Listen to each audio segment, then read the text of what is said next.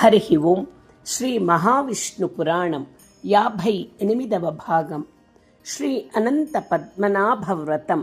వామనావతార కథ చెప్పిన తరువాత సూత మహాముని శౌనకాదులను చూసి, మునులారా, నారాయణుడు భక్త సులభుడు. తనను నిరంతరం భక్తి శ్రద్ధలతో కొలిచే భక్తులను తప్పక ఆదుకుంటాడు. పద్మనాభుడైన నారాయణుని ప్రసన్నం చేసుకోవడానికి ఒక వ్రతం ఉంది. అదే అనంత పద్మనాభస్వామి వ్రతం. ఈ వ్రతము చేసిన వారికి ఆయురారోగ్య భోగ భాగ్యములు లభిస్తాయి.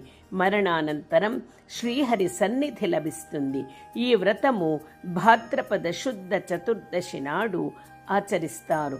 అందువలన ఈ చతుర్దశిని అనంత చతుర్దశి అని, పద్మనాభ చతుర్దశి అని కూడా పిలుస్తారు. దేశీయ ప్రాంతీయ భేదాలను అనుసరించి వివిధ ప్రాంతాల్లో కదళి చతుర్థి, అఘోర చతుర్థి అని, పాలీ చతుర్థి అని పిలుస్తుంటారు. నారాయణునికి ఉన్న అనేక నామాలతో అనంత అనే నామము ఒకటి. అనంతుడు అన్న పదానికి ఆది అంతము లేనివాడని, విశ్వమంతా వ్యాపించి ఉన్నవాడని అర్థాలు ఉన్నాయి. ఈ అనంత పద్మనాభ వ్రతము కామ్య వ్రతము, అనగా మనము కోరుకొన్న కోరికలను ఈ వ్రతము ఆచరించడము ద్వారా నెరవేర్చుకోవచ్చును.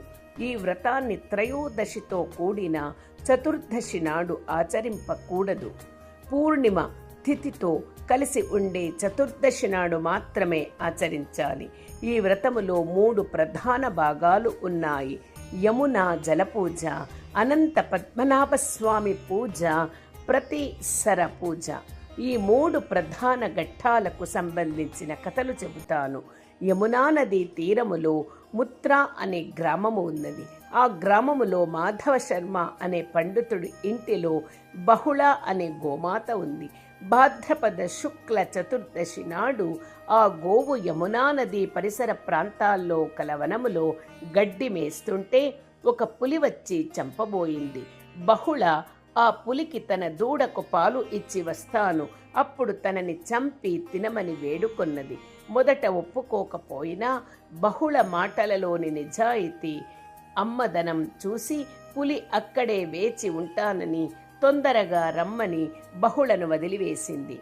బహుళ ఇంటికి వెళ్ళి తన దూడకు కడుపు నిండేలా పాలిచ్చి మంచి బుద్ధులు చెప్పి పులి దగ్గరకు తిరిగి వచ్చింది. ఈ లోపల పులికి ఏనుగుకి పోరాటము జరిగి ఏనుగు చేత గాయపడి పులి చనిపోయే స్థితిలో ఉంది. మాట నిలబెట్టుకుని తిరిగి వచ్చిన ఆవుని చూసిన పులికి అంత్యదశలో పూర్వజన్మ జ్ఞానము కలిగింది.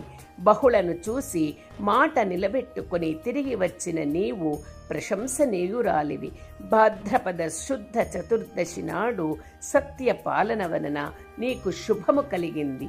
ఈ భాద్రపద శుద్ధ చతుర్దశి నాడు గోదానము చేసిన వారి ఇళ్లలో పశు సంపదకు ఎటువంటి హాని జరగదు. ఈ నా మాటకు యమునా నదీ జలాలే సాక్షి. యమునా నది జలాలు ఈనాడు చేసే అనంత పద్మనాభ వ్రతములో పూజనీయత పొంది పూజించబడతాయి అని ప్రాణాలు వదిలింది.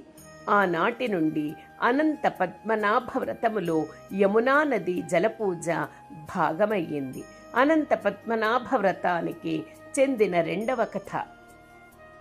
ధర్మరాజు జూదములో సమస్తము ఓడిపోయి తమ్ములతో ద్రౌపదితో 12 ఏళ్ల అరణ్యవాసం చేస్తున్నాడు. వారిని చూడటానికి శ్రీకృష్ణుడు అరణ్యానికి వచ్చాడు. ధర్మరాజు శ్రీకృష్ణునికి నమస్కరించి, కృష్ణ, మేము ఈ అరణ్యవాసములో అష్ట కష్టాలు పడుతున్నాము. ఈ కష్టాలు పోయి అరణ్యవాసం చక్కగా జరిగే మార్గము ఏమైనా ఉంటే చెప్పుము అని కోరాడు.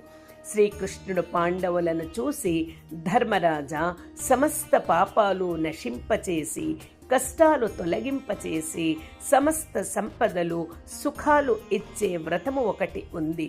అదే అనంత పద్మనాభ వ్రతము. భాద్రపద శుక్ల చతుర్దశి నాడు చేయాలి. త్వరలో వచ్చే భాద్రపద మాసములో ఈ వ్రతము చేయండి.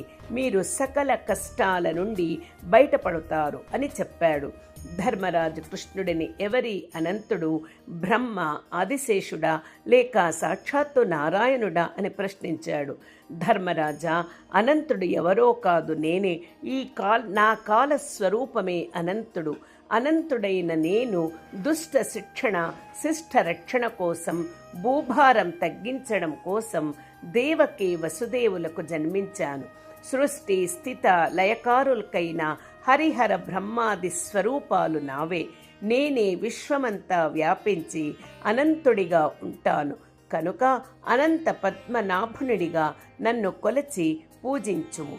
నా హృదయములో 14 ఇంద్రులు, 8 వసువులు, 11 రుద్రులు, 12 7 ఋషులు, భూర్భోవ శ్లోకాదులు నివసించి ఉన్నారు. సృష్టి సమస్తము అనంత పద్మనాభ స్వరూపమే అని ఉపదేశించి అనంత పద్మనాభ వ్రత విధానానికి సంబంధించిన కథను వివరించి చెప్పాడు. హరి ఓం తత్సత్. శ్రీకృష్ణార్పణమస్తు.